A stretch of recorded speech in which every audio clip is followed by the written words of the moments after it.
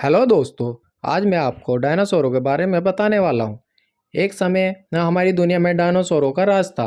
वे वहाँ चलते थे जहाँ आज हम चल रहे हैं। इस धरती पर सांसें ली और इस धरती पर लड़ाइयाँ लड़ी। इन देखते और बड़े विचित्र डायनासोरों ने करीब 14 करोड़ सालों तक इस धरती पर राज किया। इन डायनासोरों की हजारों प्रजाति थी। इनमें से कुछ शाकाहारी थे तो कुछ मांसाहारी थे। कुछ डायनासोर बहुत ही शांत स्वभाव के थे तो कुछ डायनासोर बहुत ही हिंसक और खतरनाक थे। Welcome to my channel history adventure TV. वीडियो को पूरा देखें और चैनल को भी सब्सक्राइब कर लीजिए। डायनासोर उस समय के सबसे सफल जीव थे, लेकिन अचानक ऐसा क्या हुआ? आखिर ऐसी कौन सी घटना थी जिससे डायनासोरों का नामो निशान मिट गया? आज के इस आर्टिकल में मैं आपको इसके बारे में बताने जा रहा हूँ, लेकिन इसके लिए हमें करोड़ों साल पीछे जाना होगा और डायनासोरों के उस अंतिम दिन के बारे में गहराई से जानना होगा। तो चलते हैं आज से करीब 6.5 करोड़ साल पीछे और जानते हैं कैसे हुआ डायनासोरों का अंत। आज से करीब 6.5 करोड़ साल पहले धरती पर मौसम सामान्य था। समुद्र की ठंडी हवा और बड़े बड़े पेड़ थे। चारों तरफ डायनासोरों के चिल्लाने और चीखने की आवाज़ें थी। जब डायनासोरों की सारी प्रजाति धरती पर बड़े आनंद से अपना जीवन गुजार रहे थे, तब करोड़ों साल पहले ही इनकी किस्मत लिखी जा चुकी थी।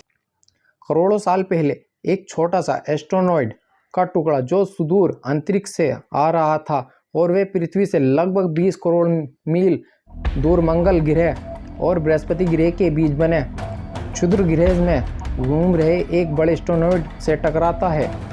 इस टकराव से उस बड़े एस्ट्रोनॉइड की दिशा बदल जाती है और वह ग्रह से निकलकर सीधे पृथ्वी की ओर 22,000 किलोमीटर प्रति घंटे की स्पीड से बढ़ने लगता है। जब यह एस्ट्रोनॉइड पृथ्वी से 3,84,000 किलोमीटर दूरी पर था, तब धरती से शायद डायनासोरों का अंत न होता यदि यह एस्ट्रोनॉइड पृथ्वी के उपग्रह चांद से टकराता। लेकिन नियति को कुछ और ही मंजूर था, इसलिए यह बड़ा एस्ट्रोनॉइड चांद के बहुत ही नज़दीक से गुजर गया। 40 किलोमीटर बड़ा एस्ट्रोनॉइड हर सेकंड पृथ्वी की नज़दीक बढ़ रहा था। जब यह एस्ट्रोनॉइड पृथ्वी के वातावरण से संपर्क में आया, तब इसकी रफ्तार बहुत ही ज़्यादा बढ़ गई थी। उस वक्त इसकी रफ्तार तकरीबन 70,000 किलोमीटर प्रति घंटा हो गई थी। पृथ्वी के वातावरण में घुसते ही इसमें घर्षण के कारण एक भयानक आग लग गई और यह एक आग के गोले में बदल गया। इसकी रफ्तार इतनी ज़्यादा थी कि यह सिर्फ 4 मिनट में ही अंटार्कटिक महासागर को पार कर लिया।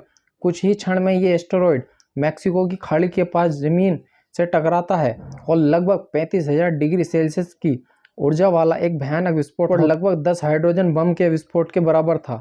ये विस्फोट इतना शक्तिशाली था कि इसके टकराते ही धरती की लाखों टन धातु अंतरिक्ष में चली गई।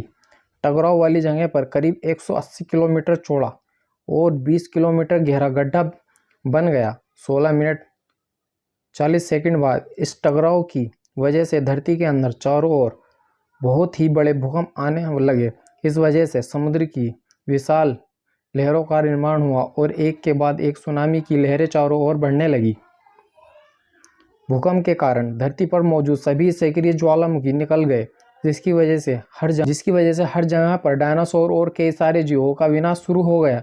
धरती के महाविनाश की प्रक्रिया आरंभ हो चुकी थी। इस भयानक विस्फोट से रेडिएशन की मात्रा इतनी बढ़ गई कि इसके 800 किलोमीटर के दायरे में आने वाले सभी जीव पूरी तरह जलकर खत्म हो गए।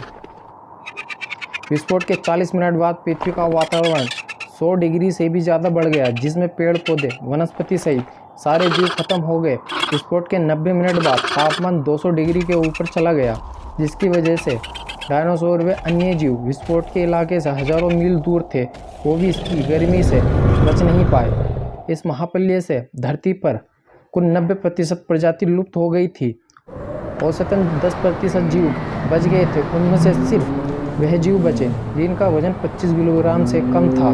इसका कारण यह था कि इस महाप्रलय की वजह से धरती पर सभी मात्र वनस्पति जीव नष्ट हो चुके थे, जिनकी वजह से बड़े जानवर अपना पेट नहीं भर सकते थे और डायनासोरों का काल खत्म